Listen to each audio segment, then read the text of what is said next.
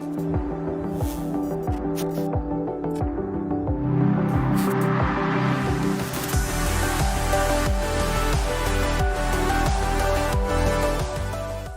futures and options on futures involves substantial risk of loss and is not suitable for all traders and investors. Oftentimes in futures trading, you have a high combination of leverage and volatility. And although this could be an equation for opportunity, it's also an equation for risk. So be careful. Only fund your futures trading account with risk capital. My personal definition of risk capital is money I could afford to lose, doesn't change my lifestyle, or overly stress me out. As human beings, we make bad decisions when we're under stress, so be in a good spot. Remember, micro contracts could be friends. Take it easy on the day trade margins. You get plenty of leverage without maxing out on those day trade margins on a regular basis. We'll be taking a look at a real-time simulated live NinjaTrader trading platform today, and none of this should be construed as trade or investment advice. Past performance not indicative of future results. Good afternoon, everybody. Welcome to NinjaTrader Platforms Unleashed. My name is Jim Cagnina. It is July 10th, 2023. Happy Monday. We're going to be focused on the trading ladder today, the depth of market, NASDAQ level 2 view, whatever you want to call it. We got a whole bunch of really deep dives that we're going to take a peek at on this particular version of the NinjaTrader software. Joining me today, also behind the scenes, is the very fabulous Ed Jerkin. So if you're in the chat, feel free to chat, ask questions, ask for demonstrations, anything NinjaTrader related, actually. You could ask Ed, and he's an expert, and he'll be happy to try to direct you in the right direction. So feel free to do that. And remember, you don't need to log into your account anymore to participate in the chat. You could go to ninjatrader.com/events, and then you'll be right there, right there. All right, let's get started here. So we're going to take a look at the trading ladder here. Let's go ahead and let's go take a peek at my screen real quick. This is a trading ladder. This is what we're going to end up with. We're going to build one from scratch from the very, very beginning. But we're going to end up with a view like this, which shows a lot of information. And it's configured the way I like to configure it. And I'll show you all your different options there as well. So I'm going to go ahead and just move this off the screen. Now, there's a couple of different Superdomes. They're called Superdomes, NinjaTrader SuperDOM. And you can see them up here with by clicking the new menu option at the top of the control panel. And that gives you a long list of stuff you can choose from. And you notice here I have two Superdomes. I have a dynamic Superdome. I have a static Superdome. And pretty much whichever one you decide to use, you could, it's going to be customizable the exact same way. So I'm going to go ahead and click on static, and it's going to open up a static. This is kind of the default view. And it's like any other window, right? You could move it around and kind of, position it to wherever you want on your screen. I'll just leave it here in the center for now. And then we'll kind of move it over in a little bit. So right now, you'll see these are called either price ladders or domes, which are short for depth of market, matrices. There's a whole bunch of different names for them. But basically, the way this all started out was in the late 90s, I think, when stock futures brokerage firms came up with what they called a NASDAQ level 2 view, right? And it was a similar looking setup here where you had prices in the middle, right? You had prices in the middle representing the smallest increment that the smallest tick size or smallest increment a market could move. Right now, we're looking at a micro E-mini S&P, and you can see that there's a yellow highlight in the middle, and that just represents the last traded price. Right. And you can see it's moving around, right? Buyers and sellers are doing their thing. They're pushing this thing around a little bit. And that's how you know where you're at. What's the mark to market? Well, your mark to market here is where the yellow line is, right? So that's the center column. And to kind of scroll a little bit, all you need to do is use your mouse button, click. Oops, sorry about that. I don't have an account number. Sorry. Just kind of roll it up or roll it down just to kind of position it a little bit. Right now, I have it on auto center, and we'll talk about how to change that in a second. Now, on the left-hand side, and by the way, since the advent of this in the futures, again, in the late 90s, the futures markets adopted this type of trading ladder. And this is really where the rubber meets the road in futures trading. Because you have a single view of the market, right? You see a transparent picture of the market, and you don't have that in the equity world. You certainly don't have this in the over-the-counter forex world. In the equity world, you might have a similar trading ladder, but you're seeing an ECN, a particular ECN. You're not seeing all of the volume. You're not seeing consistent, transparent pricing. With the futures markets here, this is the only place where you're going to see volume for the micro E-mini S&P, or if you were looking at crude oil, or if you're looking at the classic E-mini S&P or treasury bonds, whatever the futures market is, this is the transparent view. And so you're going to, all of this data here is unique to one place, right? There's not a discrepancy between prices. This is CME Group data that we're seeing here sent in to my real-time sim account in real time. And so you see this, it's measured in milliseconds. It's super fast. So in the middle is the prices, right? This is the prices. And it goes up, a quarter point every single, I don't know if you want to call this a rung of the ladder or whatever you want to call it. The same on the downside. And, each market is different. Crude oil will have a different tick size, et cetera. But we'll focus on this market right now. On the left-hand side, you'll see a buy column. This is where you're going to trigger buy orders. On the right-hand side is a sell column, right? And when we refer to the bid and ask, the buy side is the bid side, the sell side is the ask side. That's the bid and the ask, or the bid and the offer. Some people use the word offer instead of ask. Some people use the word, ask instead of offer. It's a personal preference, but this is the bid. This is the bid on the left and the ask on the right. Now you'll see a bunch of other numbers here in the buy column and a bunch of other numbers here in the sell column. And so on the buy column side, you'll see double, triple digits here. Those represent orders, limit orders that have already been sent to the exchange that are resting in the CME Group order book, right? So you could see what orders are being bid. You could see what orders are being offered. And, these are limit orders to sell on the right-hand side, limit orders to buy. And they're dynamic, they're moving. People are adding to this, to the line. People are when I say people, I mean traders, and traders are canceling, replacing orders and moving them around and all of that stuff. So you can see the balance of orders 10 ticks deep below the last traded price and 10 ticks deep above the last traded price. So when you see data above and beyond the current bid ask, like the top of book, the closest bid and ask, then that's when that level 2 view comes in. A level 1 view would just be best bid and best offer, the highest bid and the lowest offer, right? And the highest bid is simply the highest price somebody's willing to pay, for a contract. And then on the sell side is the lowest price someone's willing to sell a contract. And that makes up the difference between the bid-ask spread. And most of the CME Group markets, bid-ask spreads are very tight, right? In this case, you can see it's almost always 1 tick, right? The difference between the bid and the offer, the smallest increment that you could have. So this is just a raw view right now. This is the raw view out of the box. I just clicked on, the new tab at the top, and I opened up this DOM. So let's take a peek at some of the other areas of interest.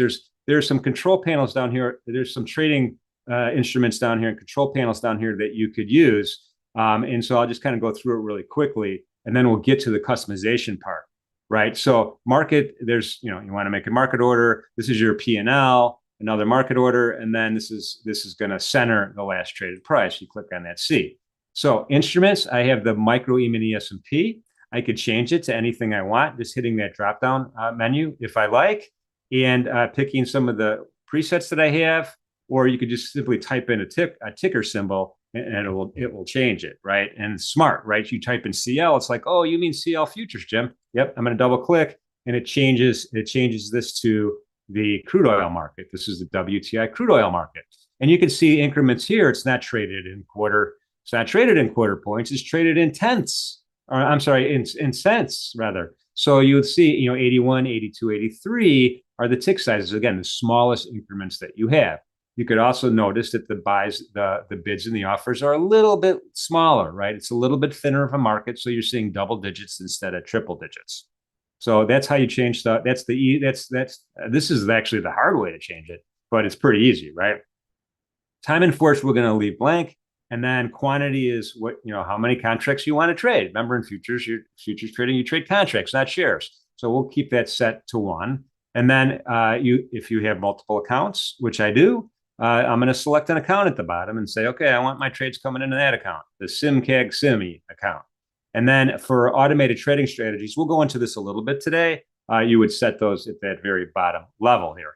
Notice there's a series of tabs. We'll talk about the tabs a little bit later, but the very first tab shows our ticker symbol, reminds me exactly where we're at. So that's kind of the anatomy generally of looking at this thing. And again, if we're buying, we're going to be clicking on the buy side. If we're selling, we're going to be clicking on the sell side, and I'll go into detail on that as well. Now, one thing that's almost universal in NinjaTrader is you right click somewhere, you get a drop down menu. So I'm going to right click on the border of the trading ladder, and I'm going to go ahead and go down to properties. That's the first thing I want to look at. I want to adjust some of the properties, and it'll show up, open up a dialog box. Here's my dialog box right here. And a couple of things, you could highly customize this thing, as you could see, right? So, and you could change fonts and sizes of fonts and all of that stuff. But the thing I'm going to focus on is I want to make sure auto center is checked, which I have ordered auto center checked. And then middle mouse button for stop market, I want that checked. And I'll show you why when we get into some trade ideas, but middle mouse button checked. So now that's how I place a stop market on the actual trading ladder. I'm just going to use the roller of my mouse. And then the columns too, I'm going to go ahead and change the color a little bit. And you see a lot of fancy red, white, and blues and all sorts of stuff like that. I'm just going to highlight the buy column, right? That's the column on the left-hand side that we saw. And you have a buy column background, right, which will change the background of the cells of each price level, and then you have the buy color foreground that you would change the text, right, or the font color. So here we're just going to go ahead and we're going to change Gainsborough, and we're going to make it orange. We're going to keep with the NinjaTrader theme, and I'll just scroll down here to the color that. There we go, orange, and I'm going to hit that one. So the other thing I'm going to do is I want the trade controls to be on the left, right? So if you scroll all the way to the bottom of properties, you'll see window. And then if you open up that caret, always on top, show tabs, trade control on left. I want to trade control on left. So I'm going to click on that. So now I've made 3 changes, pretty basic changes. And again, you could customize all of this stuff too, if you want to. But we'll just kind of leave it there. And when you're experimenting with the NinjaTrader software, do it in simulated live mode, so you are not trading real money as you're adjusting things. But I'm going to hit apply, and give a second, hit OK. All right, so a couple things right away happened, right? The control went from the bottom to the left-hand side, and I color-coded my buy column. It's just easier for me to see. The gray and the gray, are a little bit more difficult for me, but you can, any kind of color combination you want. Red, white, and blue is very popular, but however you want to do it. So I'm going with yellow and gray for the colors. So it's really kind of easy. And remember, these are windows, right? So I could adjust them in by just grabbing the borders. I could adjust them out by, again, grabbing the borders. The same with the top and same with the bottom. And then I could just hold down my mouse and move it to wherever I want to move it to. Okay, so pretty easy. I have my account in there. I have quantity in there. Time, time and forces day. Yeah, we're day trading. Instrument the micro E mini S&P. So let's go ahead and add some more stuff though to make it even more interesting and give us some more information. We could add a bunch of columns to this as well. And so I'm going to go ahead again, right click, very intuitive with NinjaTrader. I'm going to hit the properties button. I'm sorry, I'm going to hit the columns button right there. It's halfway down. And it's going to give me a couple of options. And right away, I see a couple things that I'm interested in. I'm interested in P&L as an example. So I'm going to double click on that, and that'll bring that P&L from the available column down to the configured column. That's kind of step number 1. Number 2 is volume. I'm going to double click on volume, and that's going to bring it down to the configured. So I'm going to add these 2 columns. Now, on the volume, one thing I do want to change on the volume is I want to click this little thing here. It says under visual on the right-hand side. This is how you customize the configured. I'm going to go ahead and click on show volume text. So I'll just click on that guy. And we're good. So I added profit loss. I added volume. I added show volume text. This is all color-coded stuff as well. You could change the stuff if you want. And you could, this is probably not something you would ever change, which is defaulted to a 23-hour window, which is, basically futures are traded 23 hours a day in one session. So I'm going to hit apply, and I'm going to hit OK. And now I've added a couple more columns of information. Oops, I accidentally double clicked on APQ. That's your estimated position in the queue. That's not something I really want. So that was just a fat finger on my part. So I'm going to go ahead and highlight it under the configured, and I'm going to hit remove. So if you want to remove something, that's how you do it. You just look for the configured area, and it's usually the lower left. Hit remove, hit apply, and OK. All right, so I added two columns. I added P&L, which is blank because I don't have a position on, right? And this P&L column is going to tell me what my gross P&L will be marked to market as price changes based on my entry. And on the volume here, this is like a tick by tick volume profile, and it shows you how much the volume of contracts traded at every given tick level. It's very useful information because it shows you prices where there's been more trades that have been done over areas of weakness where there's less trades that have been done. So I think this is really good information. I use it all the time on the chart, as you can see in the background there on the left-hand side. That's volume profile. This is tick for tick volume profile. Now you could also separate that as well. Let's go ahead and do this here. Let's see if I can go back to columns here. Volume profile. If I wanted to change, if I wanted to change just from the overall total volume traded to trades that are done on the buy side versus trades on the sell side, and it will give you this kind of separation from a histogram point of view. I don't find that very useful for me, but you could do it that way. A lot of traders like to kind of these are trades on the bid, trades on the offer. So I'm going to go ahead and get rid of that. Really easy to do. I'm just going to go back to columns and keep it simple for me. Click on volume to activate the control, and I'm going to go back here to standard. Apply. Now notice you see a preset here. You can click on this and save different versions of, just like anything else in NinjaTrader, save different versions of your Superdome if you want. It's just a matter of clicking preset and naming it something that you want to name it. So I'm going to hit OK though, because we're going to keep this the way it is right now. So this is kind of my default layout. I like this default layout. I think it gives me a lot of information. I can move this to a second monitor if I want. I can move it off the screen. I can keep it here. I can configure it side by side with the market analyzer or with the chart. Whatever real estate you have on your trading platform is your trading setup is best practices to kind of make it so you can see it the best, right? All right, so we added some columns. Let's add an indicator.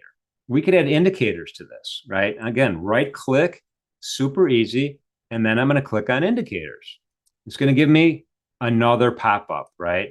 And it gives me all of the available indicators that I have, right? So I could add I could add anything that I want. So let's go ahead and just add order flow VWAP, volume weighted average price. Again, I'm going to click on it to highlight it, go down to the bottom here and hit add. Now I could have double clicked on order flow VWAP up here. It automatically would have put it down here, or you could just click once and hit add, and it puts it down in configured. And then this is all your configuration options. And again, you could customize all of this stuff as well. A couple of things that I'm gonna change right away is calculate from on bar close to on each tick. So I get the latest and greatest VWAP data as the tick data comes in, and I don't have to wait for a bar to close. And I'm not going to change any of these other things, but I do want to change my color codes, right?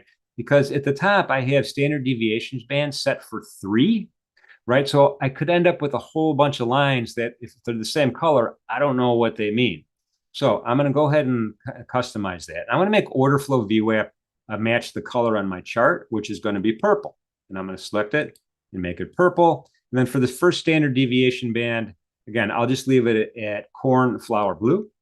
And then for the lower first standard deviation band, we'll leave it at blue. And then for the second upper standard deviation band, we'll change it to red. And then for the second standard lower one, red again, so they match.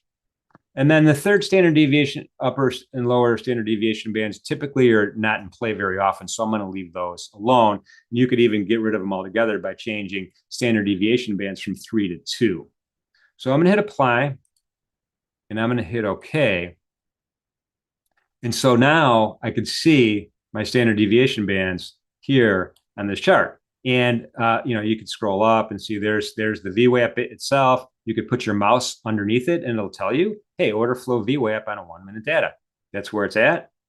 You can scroll down and there's that first lower standard deviation band. And it'll tell you this is your first lower deviation band.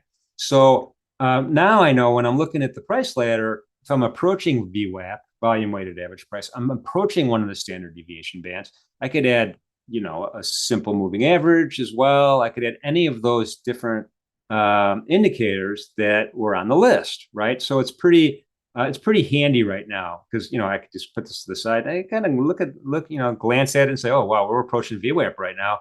VWAP's kind of an important thing to me, so it's going to trigger some trade ideas, or at least my ability to go decide, hey, I want to look at a chart now and get some detail here, right? So anyway, so this is kind of how I use this trading ladder. I don't try to put too many indicators on the trading ladder, just because you'll have so many lines with so many different colors, you might get a little confused. But again, personal preference. And again, any questions, shoot them out to Ed, who is behind the scenes right now with Mission Control, and he'll pipe them over to me, or he's really good at answering them himself. All right, let's keep moving here. Now, you see a series of tabs. There's a tab at the bottom, right? And I could create a second tab. There's a plus sign next to it, right? I could just click on that plus sign and create another Superdome. But a shortcut is right-click on that tab, and I get a couple of choices. I right-click on that tab. I could rename it. I don't want to rename it. I could duplicate in a new tab, or I could duplicate in a new window. Let's click on duplicate in a new window first.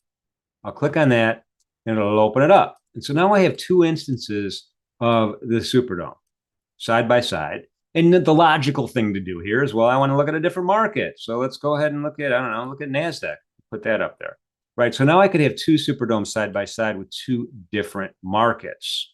Again, if you don't have the real estate for that and you don't want that view, the other thing you could do is just right click on that tab and then duplicate it as a new tab, duplicate a new tab, and it'll create a second tab.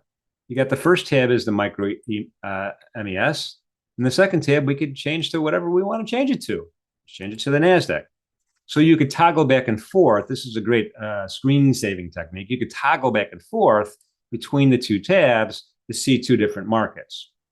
Up to you, totally up to you. But since I customized it first the way I wanted to do it, I didn't have to customize it a second time because I said duplicate. When you say duplicate, then it'll duplicate. Alternatively, if you just click on the plus sign, you got to create a new one, right? You got to do all your formatting again. I don't want that. So I'm going to hit that X and hit it off.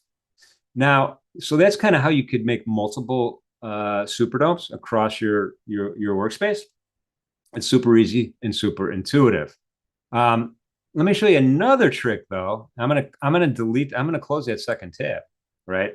And I'm gonna link this particular dome with my market analyzer, right? Which is basically my quote board, right? We went over this last week, I think, or 2 weeks ago. We went in detail on this market analyzer. And this very first square right here is an instrument link. And I chose orange for my instrument link. Now I have a similar square here at the top of the dome. It's instrument link. Yeah, put my mouse over it, says this instrument link. I'm going to click on it and I'm going to make it orange. So it's going to match. It's going to match my market analyzer. So now whenever, oopsie, didn't want to do that. Easy on the fast finger, Jim. So now when I want to change my dome market, let's pick the Euro FX. I'm going to click on the Euro FX. It's going to, boom, pop in a Euro FX versus a US dollar futures contract right here. And it's formatted exactly the same. And it immediately pops back in there. So that's a way to link these two together. I have my chart linked in the background also. So all three of these things would change when I click on that link change. So let's just do a couple more of them. We could do a 10-year note. This is the U.S. Treasury notes. These are a longer term duration. These are the 10-year notes. And then again, you could see all the data that you need to see. And what this tells me is, hey, we're at the high of the day here. There's no volume above here. We're making new highs right now as we speak in the 10-year note. So you get that kind of information too that you would typically rely on a chart to tell you. And then gold, I'll do gold. I'll just throw gold in there one more time, and that's what the gold looks like. All right, so that's pretty much how you could kind of customize your Superdome for efficiency points of view. How do you use this thing? How do you trade? Let's go back to the micro E-mini S&P, and we'll put some trades on. So you could place market orders, limit orders, or stops pretty easily here. Let's go ahead and put a market order in. I'm going to go ahead and pick a price of 41.31, and I want to buy a contract at that price. I'm going to move my mouse to the buy column. I'm going to click once, and if this were a live account, it would send this order to the CME group, to the Globex exchange, and they would come back with an order confirmation number, and you would see that little label right there. And it happens quickly, folks. I mean, we're talking milliseconds fast. Now it's a limit order. I want to buy it only at 44.33. So that's by definition, it's at my price or better. Limit orders are at my price or better, right? It can't give me a limit order at 30.75 as an example. It can't give me a price of 31.25. It has to give me 43.31 or better, and I'm in line behind 166 other contracts. This is FIFO, first in, first out. So it could trade at 44.31 for a while, and then if it pulls back up, I may get closer to the line, but I might not get a fill. Alternatively, this market cannot trade at 30 3/4, 44.30 3/4, without giving me my fill. So in essence, I'm kind of blocking the market, right? It's got to give me my fill before it can go any lower. And that's the definition of limit order. So there's a lot of times where maybe you don't get filled, but most of the time you do. And I'm just going to be patient. So I'm going to wait. There's 173 now in the queue, they call it, 192. You can see it's dynamic, right? People are adding to it. They're canceling, replacing it. There's probably some system trading going on, some algo trading going on, along with some manual trading like I'm doing right now. So again, that would be to buy a contract on a limit order, and that would create a long position if I get filled. And you can see how far away the market is from my price target. It's 1, 2, 3, 4 ticks away. And it's bouncing around. It's getting close. There's been 6,607 contracts already traded at this price today, right? So that's a lot of activity for one price point. Now, alternatively, if I wanted to, let's see if we get, here we go. We're trading it. Oop, we touched it, 31 even. And right now it's 50 bid at 75 right now. It's okay, so it's kind of going away from us. But I could do the same thing on the sell side. Hey, I want to get shorted, let's say 44.34. I'll click once, and now I've sent a limit order to sell a contract up here, right? So the market goes up here, same thing. I can get short up there. So we have the market surrounded, folks, right now, by the way. But this just shows you, it's really easy to put limit orders in. It's really that easy. Now, if I want to change my mind, like, you know what, 44.34, I want to be below VWAP for that sell order. So I'm going to change it. I want to cancel and replace this order. I click on it. I go to the price I want. I click again, and it canceled and replaced that order. It's as simple as that. Just click and click. Now I'm in line behind 164 contracts, right, at a lower price. And it's really easy. If I want to change my mind and cancel something, oh, well, there's an X button right there. I'm just going to hit the X button, right? And it cancels it. So this is probably, if you need precision, this is good for precision, quickness, with a tight outlook, right? I want to get in quick. I'm going to send it in. I don't want to put the order in on the chart. My chart's got too much information. I might put it at the wrong price. I want to be precise here, and that's how we do it. So I'm going to go ahead and try to get filled right now and see if we can get filled so we can see what happens to the chart, because we're going to get more information now once we do get filled. So let me just chase it. Of course, once I chase it, it moves away. All right, I'm going to move this down. So Now we have a tan box. The tan box is where my position is, right? The tan box is where my position is. The yellow box is mark to market where the market is. It's moving around. And if you go sideways, you could see wherever that yellow box is, it'll tell you what your P&L is if you were to get out at that particular position. And since I'm short, I sold a contract, right? I want the market to go down. My opinion is the market's going to go down. So I sold the contract. And, we got some work to do to get into the green zone here. But this kind of gives me, a picture of what my P&L potential is on my trade idea. Does that make sense? Everybody with me? Okay, so we're short a contract right now. We have a profit target down here. Let's move it up a little tighter to 30. Don't follow along with me, folks. I'm just randomly making up these trade levels. But so here's my profit target down here, right? It's good 6 ticks away, and it's just sitting there. Now, the other thing I want to do is I want to put a protective stop in, because even though my opinion is the market's going to go down, what happens if the market doesn't go down? It goes against me and I start losing money. Well, there's a point in time when I want to admit I'm wrong. I want to get out, and I don't want to take any more heat. So that's when you put a protective stop in, right? And since I'm short here, it's going to be a buy stop, right? So I'm going to put my mouse to the buy side, and buy stops are above the market. I'm going to pick a price. Again, this is just a random price, and I'm going to use that middle mouse button to put it in. Remember how we configured that at the beginning of the show today. So now I have a stop. I have a profit target. This is the anatomy of most trades in the world, right? This is it. So that's kind of a cool feature. Now, another feature too is you could also add to your position. So if I wanted to add to a position, let's say, you know what, I want to sell a second contract. If this thing goes up to 33.50, again, left click, throw your order in. But this one contract now is no good. So I have to change it to a 2 by clicking on the 1, hitting that checkbox. And now I have a 2-unit stop, because my potential for the trade is to be short 2 units, right? If we go up here and I sell a second contract, I'll be short 2 contracts at an average price of 44.33 even. And so this kind of, I know it's cost dollar averaging in, I guess I would call it that. But you could do that pretty easily in the futures market as well. The other thing you could do is you could say, hey, when I get down here, I want to reverse, right? I want to buy 2 back, right? I'm short 1 right now. If we come all the way back down here, and if I change this to a 2, then well, where's my checkbox? Then I'd be long a contract from down here. I don't know if this is a great trade strategy. It's probably not, but you could do it, right? You want to change your mind, you just go ahead and cancel it, change it back to a 1. My color coding does not help me for that.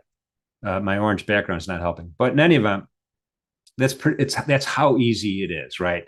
Now you see this little middle column here is telling you, another visual reminder. Hey, if you don't have this P&L column here, this little bottom is it shows you P&L. Right now it's P&L and points. Click on it, and then it shows you ticks. Click on it again, it shows you dollars. Click on it again, it shows you percent, right? So you could kind of go through that whole process and decide what display you want. We have our second unit. Now you'll see here, this red bar down here at the bottom. What happened to our, oh, you know what? I pulled up the wrong, my bad. Hang on, folks. We could fix this pretty easy. I pulled up another DOM when I started this presentation. Let's do this. I want to go all the way to trade control on left. Let's do it. Boom. Okay, there it is. All right, so we're flat right now. So that position got stopped out. So I'm going to go ahead and hit cancel that, or you could hit close. Close closes everything. Let's go ahead and try to get, I just want to sell at the market again. I want to get it in the position again, so you could see this control panel better on the left. So there's my P&L again, moving around in real time. Everything's easier to see with this thing in the upper left. I don't have an automated strategy. We'll do an automated strategy in a second. I don't have one going. I have the right account number and I have the right quantity. So that's all good. So I wouldn't leave anything. I wouldn't change anything at all. And again, single click, and then from a stop loss point of view, since I'm short, it would be a buy stop. You do your mouse, right? So if I wanted to close it all, I want to just forget it. This is like a panic button. I'm going to hit this close button here. It'll buy a contract at a market, cancel my limit orders, and I'm flat. That's what close does. It does two things: cancels limit orders and then sends a market order to get you out of your position completely flat. That close button. Buy at the market, sell at the market does exactly that. You want a market order to buy, you want a market order to sell. It's as simple as that. And click, boom, it happens. Reverse button. Typically, I'm not a fan of the reverse button, to be honest with you. Reverse buttons, it's probably a good commission generator. I know everyone NinjaTrader is like, what are you saying? But it's, if it's part of your strategy, you could use it. But basically, it will reverse your position. So instead of being short, a long one, again, green is long, red is short. That number in the middle there is how many contracts I have on. You hit the reverse button, and basically it sells two contracts. So it flattens out your first position and then creates a new second position. That's what that reverse button does. And usually not a good trade strategy, though. I'm not a fan of it. I'm not shy about it, so I throw it out there.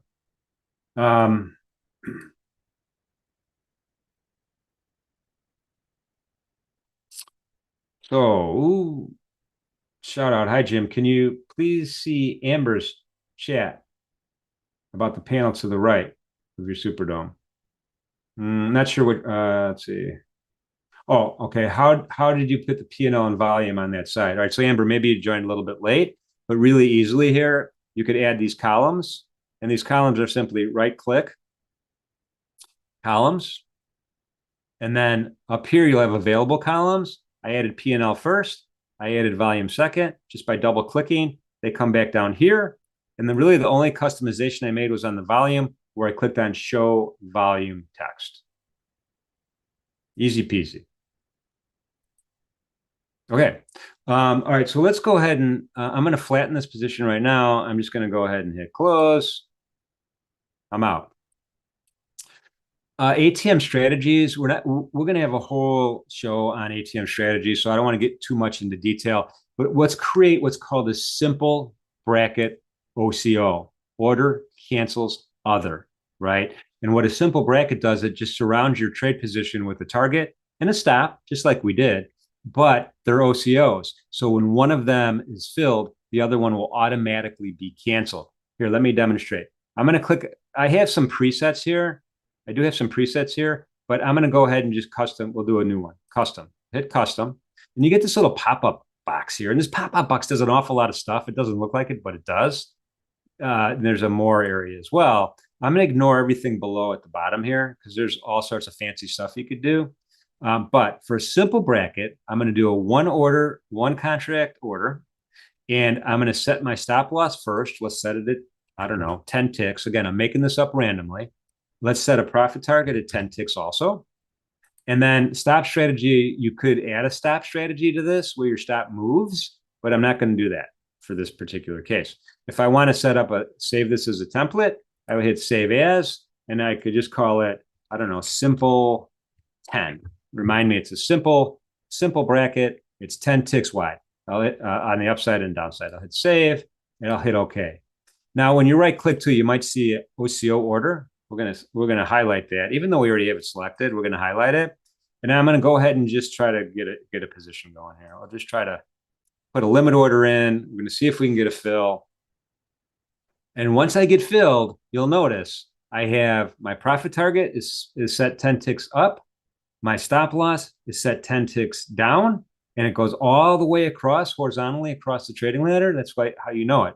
And so if I get stopped out, market goes 10 ticks against me, the software will automatically cancel that limit order, that profit target. Why would you want to do that? Well, because you'll end up with a position you didn't intend to end up with, right?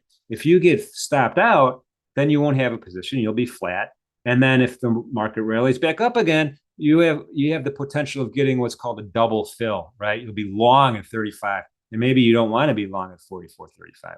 So this OCO will cancel it.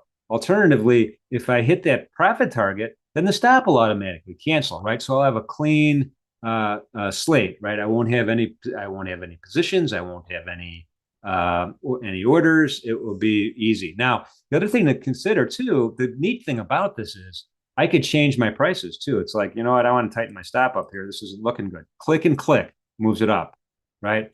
click and click moves it down. So that's how you adjust it. It's really easy to do. With, again, this is a simple order cancels other trade idea. And it's pretty common, actually. Now, you could manually do this yourself. You don't need to do the OCO. You don't need to have that the strategy going. You could totally just do manually click and cancel stuff when things get filled and when things don't get filled. It's totally up to you. But this is kind of a way I like it. I'm going to try to get myself stopped out here. So I'm going to move my stop up. I just want to see it in action real quick. And also, you could actually trail your stop this way too. Get it a little bit higher. Stop filled. Profit target automatically canceled. Hands off the mouse, and that's how it works. One more thing I wanted to point out that's really important. I'm gonna switch this to non-turn OCO off with the right click. There's a difference between a market order and a limit order, right? In a market order, if I want to buy a contract, I'm in line, right? I'm not entitled to a fill just because the market touches that price. I got to wait for everybody in front of me to get filled, right? A market order, alternatively, you will get an immediate fill. And if you're trying to buy in a market, you're like, hey, give me the best available price. Right now, I want the best available price. That's a market order. If you're doing it to buy, it's going to give you the lowest offer, the lowest price someone's willing to sell to you. If you're selling on a market, it's going to give you the highest bid. And the difference is going to be the bid-ask spread. And in this particular market, the bid-ask spread is $1.25. And so that adds to your transaction costs when you do market orders. Remember that. And then a stop market, the way I have it set up, again, is going to be behave like a market order, right? So this stop order here, I use my middle mouse button. It's going to behave like a market order. So as soon as we get touched here, 36.75, it's basically going to be like, hey, give me the best price. And you can get slippage, right? You could be a tick up, you could be a tick down, you could be at that price, you could be a couple ticks up, depending on how big, how much volatility and how much volume, how much liquidity is in a given marketplace. Some have more, some have less.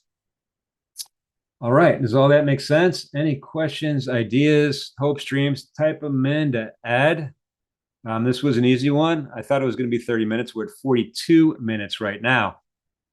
We got you know what? We got a couple seconds. Let me hit the close button.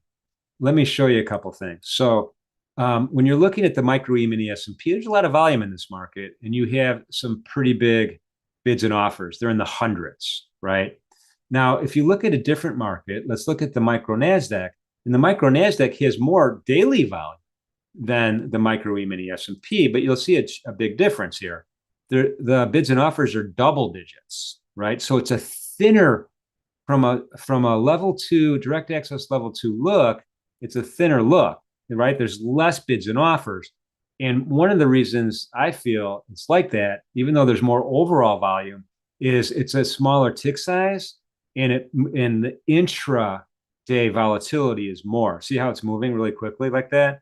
So that's why this volume is a little bit different. What does that mean? Well, it means you could get a little bit more slippage, or it means like you could respect the wicks of the candles a little bit more, put your order maybe a little bit further away from the last traded price, in hopes of getting a better fill for your trade order.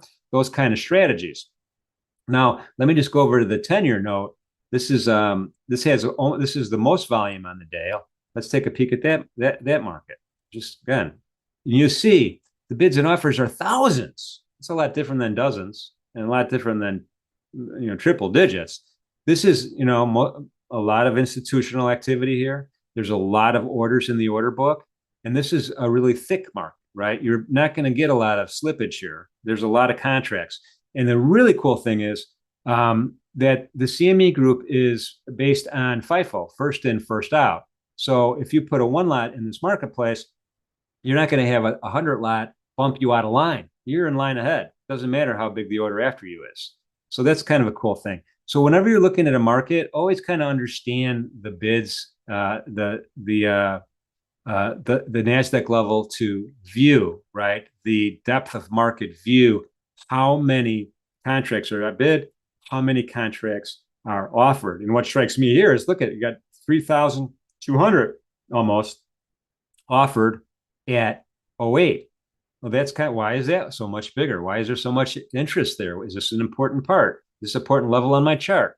So those kind of things really help you out. And you can see it's not moving around anywhere near like the micro NASDAQ. It's a slower moving market. That's true.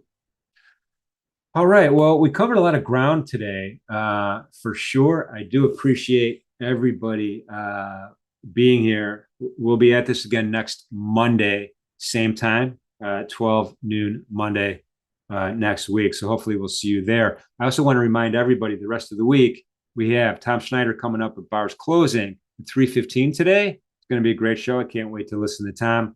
Tomorrow morning, me and Tom are going to be doing the opening range pretty early in the morning, 9:15 East Coast time. Hopefully you'll join us there. And then Tom has a Traders Workshop tomorrow at 12 o'clock with Shark Indicators. They're going to be evaluating trading strategies. And then Wednesday, perfect timing, Eric Norlin, one of the chief economists of the CME Group, is going to be with me at See the Futures at 10:30 tomorrow. Perfect timing because we have CPI on Wednesday. I'm sorry, not tomorrow, Wednesday. So Eric's going to be with me on Wednesday. Thursday, Tom Jarek is with me from, we're going to talk about Spikes Futures, which is a new volatility index. Tom is with the MIAX exchange, which is basically owns a bunch of different exchanges. You might remember the Minneapolis Grain Exchange being one of them. So it's a kind of a new futures product. It's going to compete with the VIX, only in a different way, focusing on the S&P. So that's going to be a great thing. That's Thursday, special edition to See the Futures, noon on Thursday. And then Tom Schneider's back again Friday. We're not done yet. We have a lot of work we're doing. Technical analysis explained with Tom, all about MACD. Now remember, Tom Schneider is a CMT, right? A certified market technician. That's not an easy designation. You got to go through some tests and you got to do some studying. And believe me, it is not easy. I don't have that designation. So Tom knows his stuff about technical analysis, the details of MACD. He's going to go into it on Friday. So a full slate this week, folks. Greatly appreciate you being here with me. And I do want to remind everybody, most important message, please, be safe out there, be good to each other. Thank you.